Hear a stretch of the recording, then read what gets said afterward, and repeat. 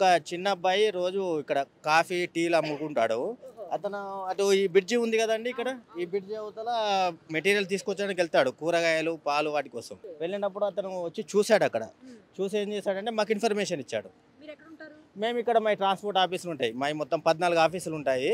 ఈ సారు మేమందరం ఉంటాం వీళ్ళంతా ఆఫీస్ వాళ్ళమే. రాగానే వచ్చి చూసి మేము పోలీస్ వాళ్ళకి ఇన్ఫర్మేషన్ ఇచ్చాం. మీరు చూసినప్పుడు ఏంటి పరిస్థితి?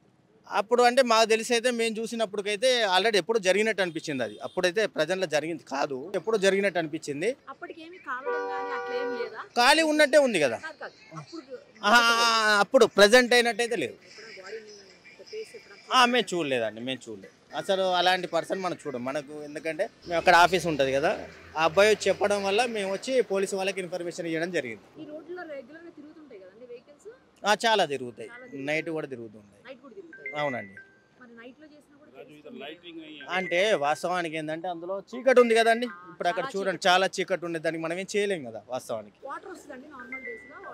వర్షాకాలంలో ఫుల్ వాటర్ ఉంటాయండి. ఇప్పుడు ఎండాకాలం కదా ఎండిపోయి ఉంది. అందువల్ల అతను అబ్బాయి ఏంటంటే ఇలా దిగి వెళ్ళిపోయి అటు సామాన్ తెచ్చుకుంటాడు ఇలా వే ఉంది కదా.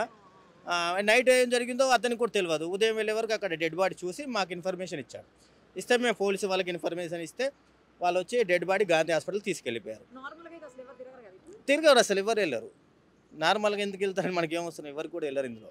ఇక అతను ఏంటంటే పాపం ఛాయం కూడా పిల్లగాడు కదా, అతను వెళ్తాడు ఒక్కడంతే. ఇటు నుంచి రావచ్చు, అటు నుంచి కూడా రావచ్చా? రావచ్చు, వే ఉంది అటుపక్క సర్వీస్ రోడ్డుకి ఇది కలుస్తుంది. ఇటు నుంచి వచ్చింది ఏంటి ఏం తెలియదు. మనకేం తెలియదు, మనం దాని గురించి పట్టించుకోము. కానీ ఇంకొకటి ఏంటంటే ఇప్పుడున్న పరిస్థితుల్లో ఇలా జరగడం కూడా కొంచెం అన్యాయం అండి. వాస్తవానికి కూడా ఎవరు కూడా ఇలా మనం కోరుకోము. ఎవరైనా ఈ కాలం నుంచి కొంచెం జాగ్రత్త వహించాలని మా మనవి, అంతే కదా. ఎవరు కూడా చాలా జాగ్రత్తగా ఉండాలి. ప్లస్ ఈ పాపం పోలీసు వాళ్ళు కూడా అందరు రక్షణ కల్పించాలంటే వాళ్ళతో అయ్యే పని కూడా కాదు.